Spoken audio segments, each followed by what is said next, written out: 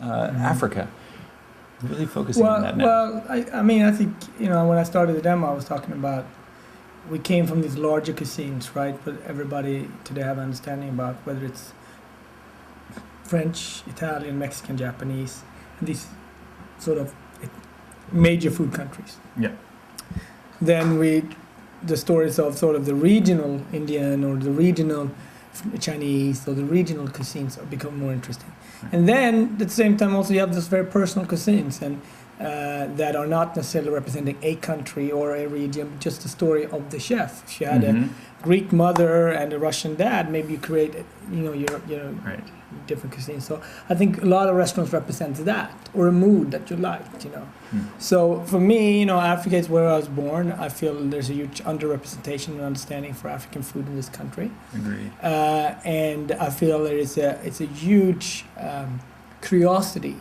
You don't have to be African to be curious and want to know. When you deal with Africa, you have to deal with it. It's not like anything. It's not one-dimensional. It follows like any other region of the world. History. It's history. Mm-hmm. And if you look closer to its history, you have the Persians, very influential. You have the Indians. You have the colonization.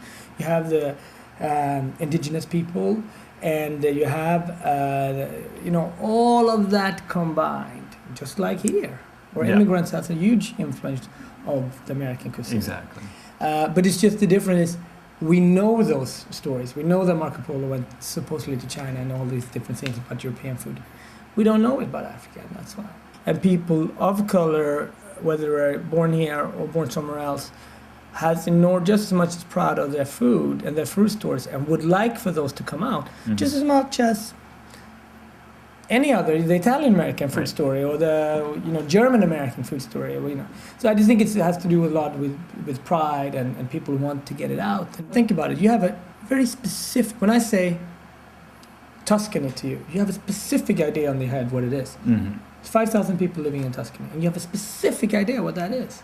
And when I say Africa to you, people struggle with how does that taste like? And that's 1 billion people's food story. Yeah. So, you just got to start on as curious people. We just have to start to open that up. And African food has a huge stamp on this country. Look at the cuisine from New Orleans. Mm-hmm. Look at some of the southern foods that we have. Mm-hmm. Where would that be without Africa? The rice culture from the gullas and the geechis, to the peanuts, to the okras, etc. Mm-hmm. So you can go on to collard greens. Right. How did greens come to this country? I just, for me, it's important that people, when they think about Africa, it's not just, it's not one-dimensional. It's not AIDS, war, and famine. It's not just this kumbaya experience. It's like, today's Monday and you want to eat. Today I'm going to put some pasta, and tomorrow I'm going to actually do this dish. Mm-hmm. It's not. It doesn't have to be more than that. This journey is a journey for me too. In terms of cooking and being privileged to have a dialogue with the American audience with food, whether it's in TV form, book form, or restaurant form. Right. And as you travel throughout the country, it became very apparent that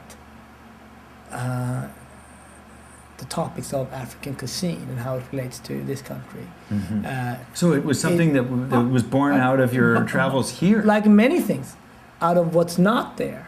Uh-huh. I remember the first time I thought, let's do an African cookbook. And I was like, I need to learn more. Mm-hmm. So let's go to a big store and find where there's any of the big stores. Mm-hmm. And I couldn't find one. Mm-hmm. I thought, are you kidding me? No, maybe so I asked the person, no, we don't have African cookbook. But you're the biggest store in America.